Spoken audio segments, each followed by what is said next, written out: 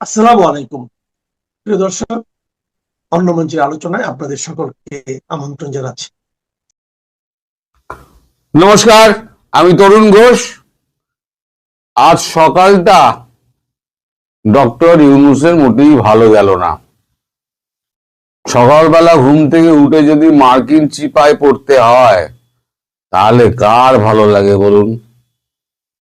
একই শরীর অসুস্থ, তারপর সকাল সকাল 7টার সময় যদি এখন মার্কিনদের ফোন আসে, এসে যদি আগা পাঁচতলা ঝাড় দেয় তাহলে কার ভালো লাগে? এখন সার্জিও গোর ফোন করেছিলেন ডক্টর ইউনূসকে। এখন সেখানে যারা যারা উপস্থিত ছিলেন তারা হচ্ছেন খলিলুর রহমান, লামিয়া মুর্শেদ এবং সামরিক সচিব একজন। টেলিফোনে কথা হয়েছে, উপস্থিত ওনারা ছিলেন। তো সার্জিও গোর জানতে চান যে পরিস্থিতি কি, আপনার দেশের পরিস্থিতি কি, নির্বাচন কবে হবে,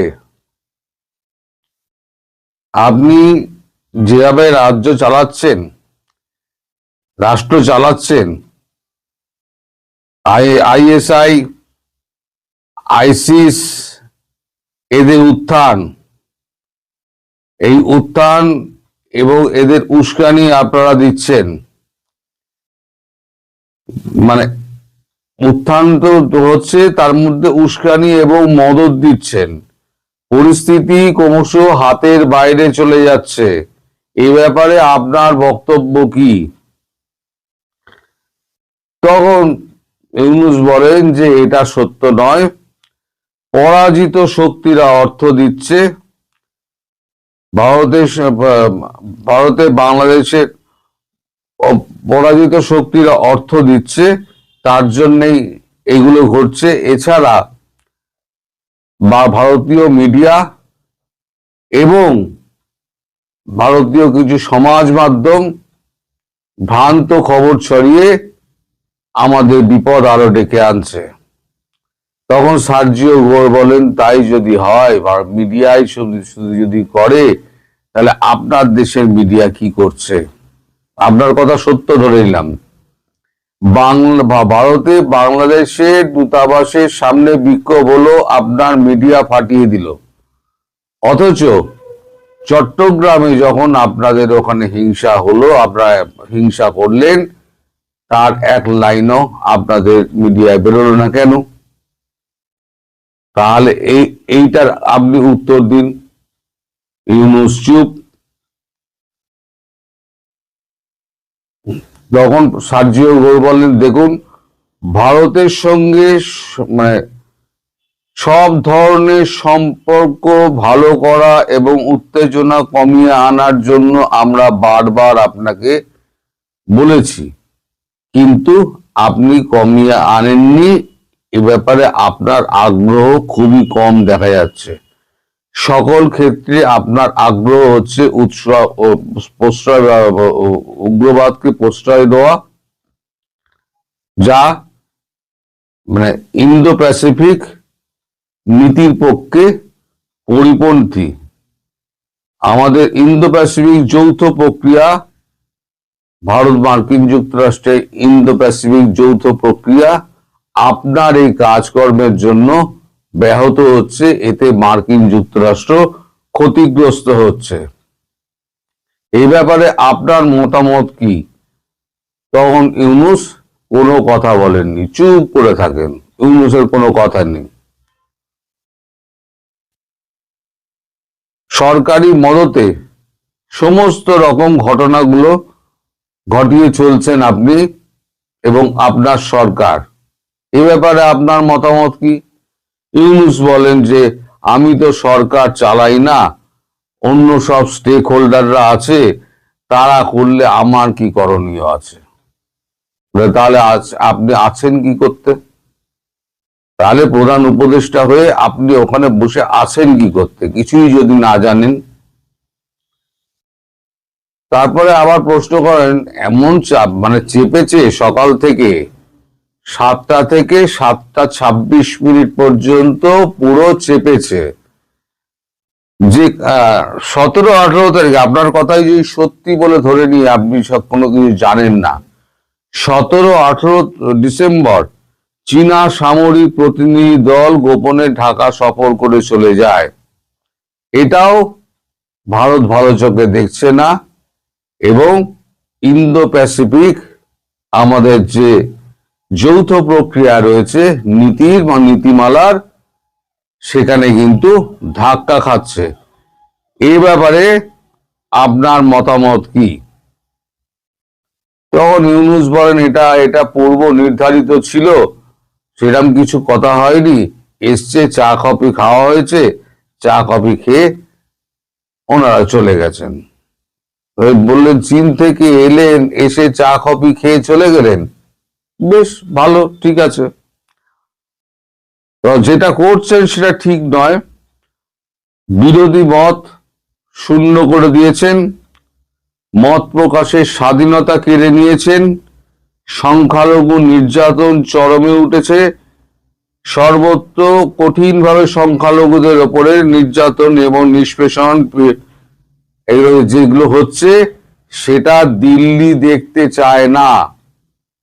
অর্থাৎ মার্কিন যুক্তরাষ্ট্র বলছে এই সংখ্যালঘু নির্যাতন, বিরোধী পক্ষ শূন্য, মতামত প্রকাশের অধিকার কেড়ে নেওয়া এবং সংখ্যালঘু নির্যাতন কোনোটাই ভারত মেনে নিচ্ছে না, দিল্লি মেনে নিচ্ছে না।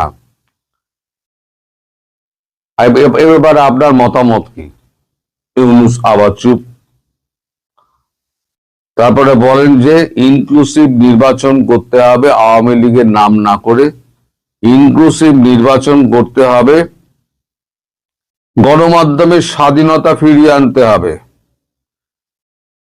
যাদের কাজ করতে দেওয়া হচ্ছে না সেটা দুর্ভাগ্যজনক। যেভাবে গণমাধ্যমকে জ্বালিয়ে দেওয়া হচ্ছে, ভাঙচুর করে দেওয়া হচ্ছে, সেটা অত্যন্ত নিন্দনীয় কাজ আপনার সরকার করছে এবং আপনার পৃষ্ঠপোষকতায় করছে। তখন তার মতামত চাইলে তিনি বলেন যে আমি মতামত দেওয়ার কেউ নই, আমি এটা মানি, এটা দুর্ভাগ্যজনক, আমি এটা দায়িত্ব নিচ্ছি যে এই জিনিস আর ঘটবে না। তখন আবার ইউনূস বলেন যে এই যে 26-27 একটা যৌথ মহড়া ছিল, আমাদের মার্কিন সেনাবাহিনীর সঙ্গে যৌথ মহড়া ছিল, তো সেইটা এখন কি হবে? তখন বলছে ইন্দো প্যাসিফিকের ওপরে এত চাপ আপনারা দিয়েছেন সেই নীতির ওপরেতে, তারপর সামনে বড়দিন, এইগুলো সামলাতে গেলে আমাদের সময় লাগবে, ফলে আমরা এখনই এইটা নিশ্চিত করতে আপনাকে পারছি না, মানে ওটা এখনই আর হচ্ছে না, এ ব্যাপারে কবে হবে সে ব্যাপারেও কোনো রকম নিশ্চয়তা দেননি।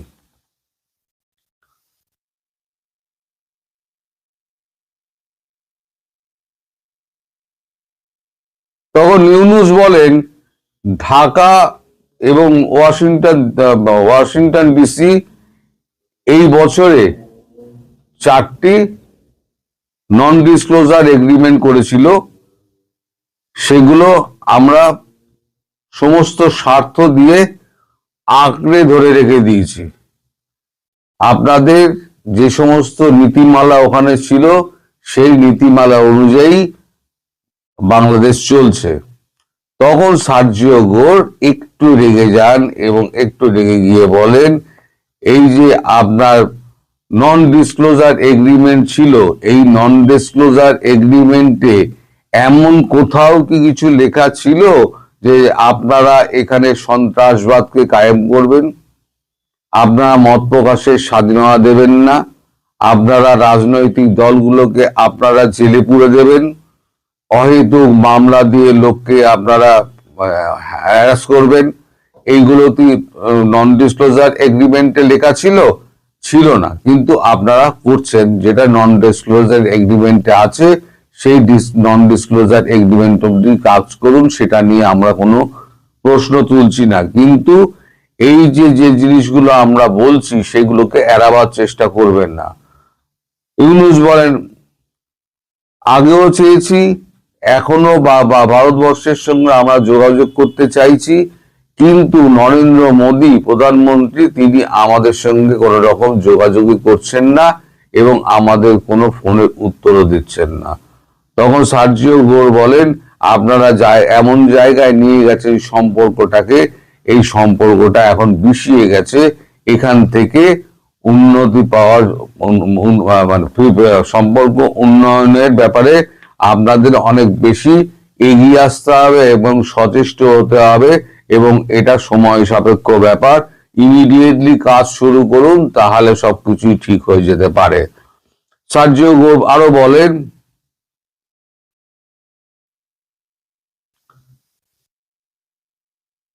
ইন্ডিয়া এবং ওয়াশিংটন ডিসি যৌথভাবে চাইছে বাংলাদেশে সকল জঙ্গিবাদী কার্যক্রম, আপনাদের মদত, উস্কানি এবং চীনের সঙ্গে সম্পর্ক বন্ধ করতে হবে। এই ফোন যে করছি এই ব্যাপার নিয়ে এইটি কিন্তু শেষ ফোন বলে ধরে রাখবেন, মানে এরপরে এই ব্যাপার নিয়ে আমি আর কিছু বলবো না। অবিলম্বে সংখ্যালঘু বুদ্ধিজীবী, রাজনৈতিক ব্যক্তি, সংবাদকর্মী, তারপরে এদেরকে মুক্ত করতে হবে। ট্রাইব্যুনালে যে সমস্ত আইটিসি ট্রাইব্যুনালে যে সমস্ত কেসগুলো করা হয়েছে সেই আইটিসি ট্রাইব্যুনালকে বন্ধ করে দিতে হবে। বিগত সরকারের গুরুত্বপূর্ণ যে সমস্ত ব্যক্তি আছে এবং সরকারের যত গুরুত্বপূর্ণ মানে রয়েছে, কর্মী রয়েছে, তাদেরকে অবিলম্বে মুক্তি দেওয়ার দাবি মার্কিন যুক্তরাষ্ট্র এবং ভারত যৌথভাবে চাইছে। শুধু তাই নয়, সবাইকে নিয়ে ইনক্লুসিভ নির্বাচনের ব্যবস্থা করতে হবে। ভারত এটা চাইছে, মার্কিন যুক্তরাষ্ট্র এটা চাইছে। আর যেটা হচ্ছে ল অ্যান্ড অর্ডার, এগুলোকে ঠিক করতে হবে। যদি এটা না পারেন, অন্যথায় মানে otherwise dot dot dot dot বলে উনি চুপ করে যান। আদারওয়াইজ কি হতে পারে এবার ইউনূস বুঝে নিন।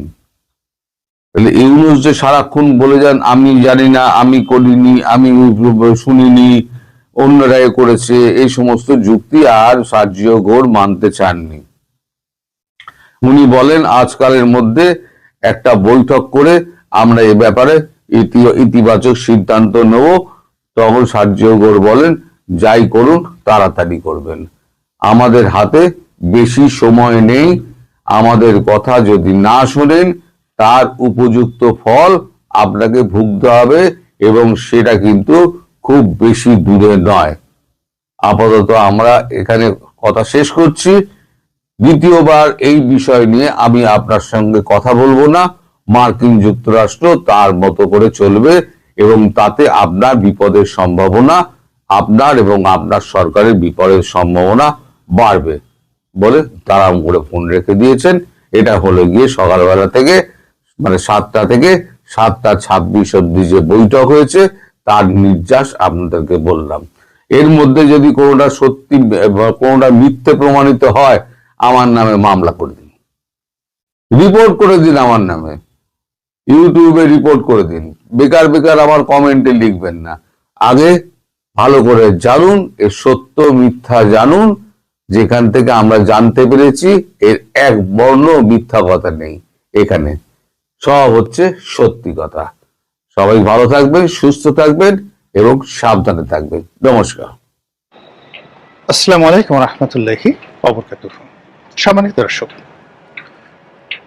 আপনারা সবাই জানেন যে শেখ হাসিনার পতনের পর গত 16-17টি মাস ধরে আমরা কি একটা দুর্বিষহ সময় পার করছিলাম এবং আমাদের জাতীয় জীবন, আমাদের রাষ্ট্রীয় কূটনীতি, আমাদের অর্থনীতি, আমাদের সামাজিক সংহতি, এই বিষয়গুলো যেভাবে হুমকির মুখোমুখি হয়ে গেছে, ঠিক এই বিষয়গুলোতে যে অবনতি ঘটেছে এটি 1971 সনের মহান মুক্তিযুদ্ধের সময় ঘটেছিল কিনা আমি বলতে পারবো না। যারা মুক্তিযুদ্ধের সময় সমাজচিন্তক ছিলেন, রাষ্ট্রবিজ্ঞানী ছিলেন, রাজনৈতিক বিশ্লেষক ছিলেন, তারা এই বিষয়গুলো এখনকার সময়ের সঙ্গে মিলিয়ে যদি বিশ্লেষণ করেন তাহলে হয়তো এটা আমার চাইতে তাদের সেই মূল্যায়ন অনেকাংশে নিরপেক্ষ হবে, বস্তুনিষ্ঠ হবে এবং বাস্তব ভিত্তিক হবে। 1971 সনে আমি বালক ছিলাম। আমার যতটুকু মনে পড়ে যে দৃশ্যগুলো দেখেছি তাতে আমার কাছে মনে হয়েছে যে আমাদের মধ্যে যে যুদ্ধের ভীতি এটি শুরু হয়েছিল আগস্ট সেপ্টেম্বর মাসে, আর এটা ডিসেম্বর মাসের প্রথম সপ্তাহ পর্যন্ত, অর্থাৎ 5 থেকে 6 তারিখ পর্যন্ত এই ভয়টা আমাদেরকে তাড়া করেছিল গ্রাম বাংলাতে। আমি যখন গ্রামে থাকতাম, কিন্তু মার্চ মাস থেকে একেবারে মে মাস পর্যন্ত বা কিংবা জুন পর্যন্ত এটি অ্যাবসলিউটলি মনে হয় যেন কিছুই ঘটেনি। উপজেলা শহরগুলোতে বা থানা শহরগুলোতে ওখানে মুক্তিযোদ্ধাদের ট্রেনিং হচ্ছিল, লোকজনের মধ্যে একটা উন্মাদনা, সবাই বিবিসি বা ভয়েস অফ আমেরিকার খবর শুনছে, অনেকে হুটহাট করে মুক্তিযুদ্ধে চলে গেছে, এই পর্যন্তই। কিন্তু পাকিস্তান আর্মির যে ভয়, হানাদারদের ভয়, রাজাকার আলবদরদের যে অত্যাচার, এটি আসলে বর্ষাকাল পর্যন্ত ছিল না। আপনারা জানেন যে আমাদের দেশে যে বৈশাখ জ্যৈষ্ঠ মাস প্রচন্ড দাবদাহ থাকে, আষাঢ় শ্রাবণ ভাদ্র এই 3টি মাস দেশের বেশিরভাগ অঞ্চল এখন নয়, ঠিক 1971 সনে সেই পানিতে প্লাবিত থাকতো এবং মানুষ খাদ্যের যোগান, বর্ষাকে মোকাবেলা, ফসল ঘরে তোলা, গৃহপালিত গবাদি পশু নিয়ে এতটা ব্যস্ত যে যুদ্ধ নিয়ে চিন্তা করার সময় তাদের থাকতো না। জীবন যুদ্ধই তাদের কাছে গুরুত্বপূর্ণ হয়ে যেত। অন্যদিকে এই আবহমান বাংলার বর্ষাকে জমের মতো ভয় পেত হানাদার বাহিনী হাজার বছর ধরে। ফলে বাংলার বর্ষাকে এতটা ভয় পেত যে বর্ষাকালে কখনো কোনো হানাদার বাহিনী বাংলাদেশে আক্রমণ চালায়নি। এই কারণে পাকিস্তানি বাহিনীও ঠিক আগস্ট পর্যন্ত তারা রণাঙ্গনে ওইভাবে তাদের যে জুলুম অত্যাচার এটা দেখায়নি। শরতের শুরুতে যখন তারা শুরু করলো, ঠিক সেই সময় আমাদের মুক্তিযোদ্ধারা সংগঠিত হয়ে গেছে। আর ডিসেম্বর মাসের 6 তারিখে ভারত যখন সরাসরি যুদ্ধে জড়িয়ে পড়ল 1971 সনে, তখন ওই দিন 1 সপ্তাহের মধ্যে যুদ্ধের যে সমগ্র চালচিত্র এটা পাল্টে গিয়ে বাংলাদেশের পক্ষে চলে এলো। তো যেটা বলছিলাম যে এই যে যুদ্ধের একটা সংক্ষিপ্ত ইতিহাস, সেই ইতিহাসের মধ্যে বাঙালির সামাজিকতা বজায় ছিল, সামাজিক সম্প্রীতি বজায় ছিল, বিয়ে শাদী, জন্ম মৃত্যু, নামাজ কালাম, স্কুল কলেজ, মোটামুটি গ্রাম বাংলায় সবই স্বাভাবিকভাবে চলছিল।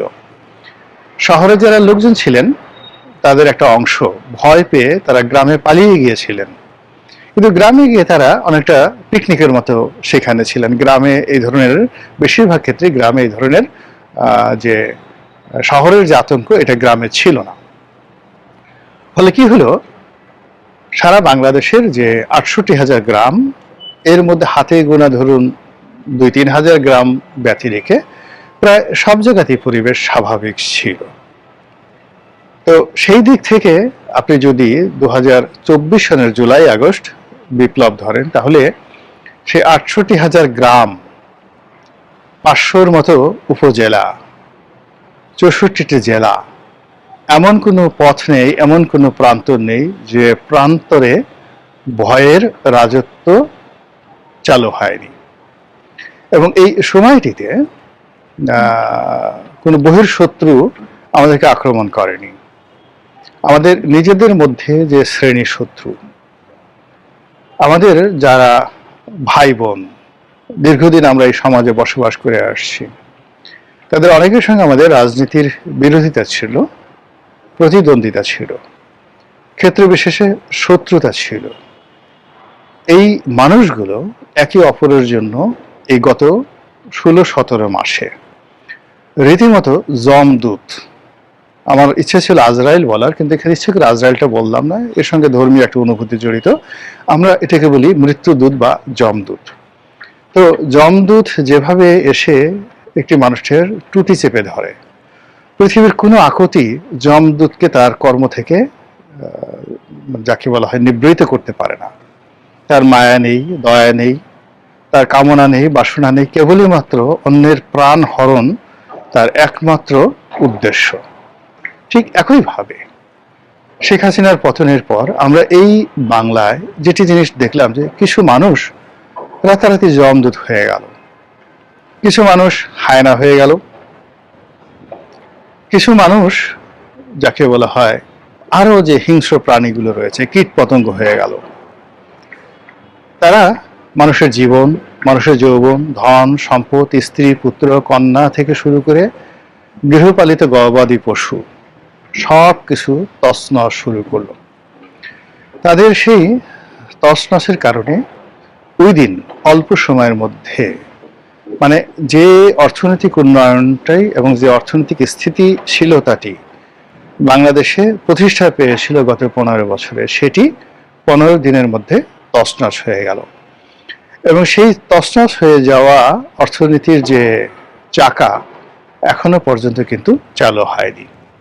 এর মধ্যে দেশে উগ্রবাদ এমনভাবে বেড়ে গেছে, কিছু রাষ্ট্র বিশেষ করে পাকিস্তান, তুরস্ক বাংলাদেশের অভ্যন্তরীণ রাজনীতিতে এত বেশি বাড়াবাড়ি শুরু করেছে, যেটি এখন রীতিমতো নির্মমতার পর্যায়ে পৌঁছে গেছে। এবং তাদের সেই উলঙ্গ উল্লম্ফন, মানে ন্যাংটা হয়ে যখন কেউ লাফালাফি করে, এটিকে বলা হয় উলঙ্গর উল্লম্ফন। এবং চারিদিকে অশ্লীলতা, অশ্রাব্যতা, যে শব্দগুলো আমরা কখনো শুনিনি বা যে শব্দগুলো আমরা জানি কিন্তু আমরা কখনো সেই কথাগুলো বলিনি, এবং কোনো সভ্য সমাজে সেই কথাগুলো উচ্চারিত হবে এটা যখন আমরা কখনো কল্পনা করতে পারিনি, দেখা গেল আইএসআই এর যারা এজেন্ট, পাকিস্তানের যারা এজেন্ট, সেই অশ্লীল এবং অশ্রাব্য শব্দগুলো আমাদের কিছু ইউটিউবারদের মুখে তারা তুলে দিল। এই কারণে তুলে দিল যে বাঙালি যে একটা অসভ্য জাতি, বাঙালি যে একটা অশ্লীল জাতি, এরা যে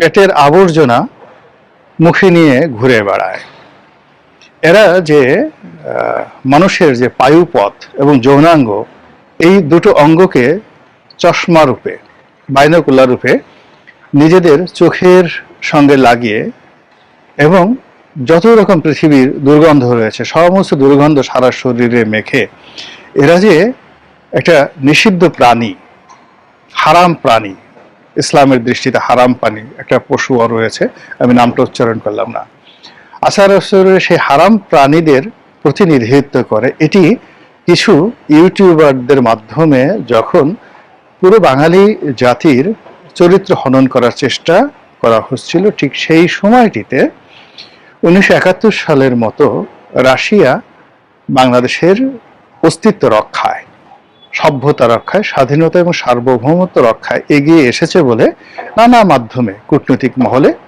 কথা বলার চেষ্টা হচ্ছে বা একটা ন্যারেটিভ তুলে ধরার চেষ্টা হচ্ছে। আপনারা জানেন যে বাংলাদেশের প্রধান রাজনৈতিক দল বিএনপির ভারপ্রাপ্ত চেয়ারম্যান জনাব তারেক রহমান সাহেব দীর্ঘদিন ধরে সুদূর প্রবাসে অবস্থান করছেন। তো তিনি প্রবাসী থেকে তার দল পরিচালনা করতে গিয়ে নানা রকম বাধার সম্মুখীন হচ্ছেন, এবং এটা হয় না, রাজনীতি একটা প্র্যাকটিক্যাল বিষয়। এখানে সরাসরি মাঠে উপস্থিত না থাকলে আসলে রাজনীতির যে পরিপূর্ণ নিয়ন্ত্রণ কখনোই কোনো নেতার হাতে থাকে না। তো শেখ হাসিনার জামানাতে তিনি দেশের বাইরে থেকেছেন, এর কারণ হলো তার বাংলাদেশে আসার মতো অবস্থা ছিল না, কোনো পরিস্থিতি ছিল না, আর সরকারও সেটা চায়নি।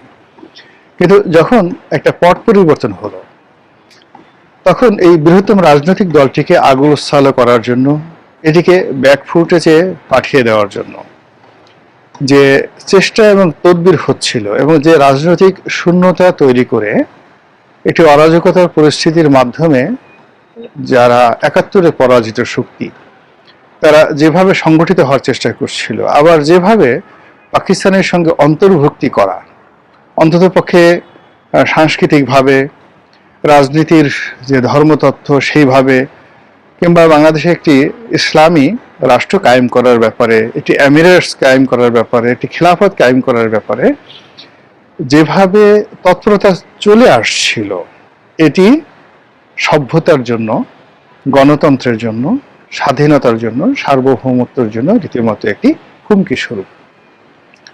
তো এই অবস্থাতে আমাদের যে ডিপ স্টেট পলিসির যারা প্রবক্তা ছিলেন মার্কিন যুক্তরাষ্ট্র, এবং এই ঘটনার সঙ্গে ভারতও জড়িত ছিল। শেখ হাসিনার যে পতন, সেই পতনের সঙ্গে ভারতের কিছুটা হলো তাদের সংযুক্তি রয়েছে, এবং একই ঘটনা তারা 1975 সনে ঘটিয়েছিল।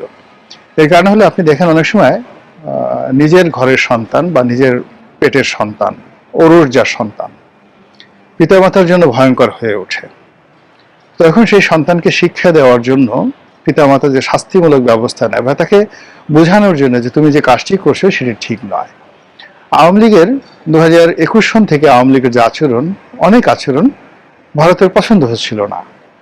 শেখ হাসিনা নিজের পায়ে দাঁড়াতে চেষ্টা করছিলেন, তিনি ভারতের কর্তৃত্ব থেকে বের হওয়ার চেষ্টা করছিলেন, তিনি চীনের সঙ্গে একটি বন্ধুত্ব সম্পর্ক, আমেরিকার সঙ্গে একটি কূটনৈতিক সম্পর্ক স্থাপনের চেষ্টা চালিয়ে যাচ্ছেন।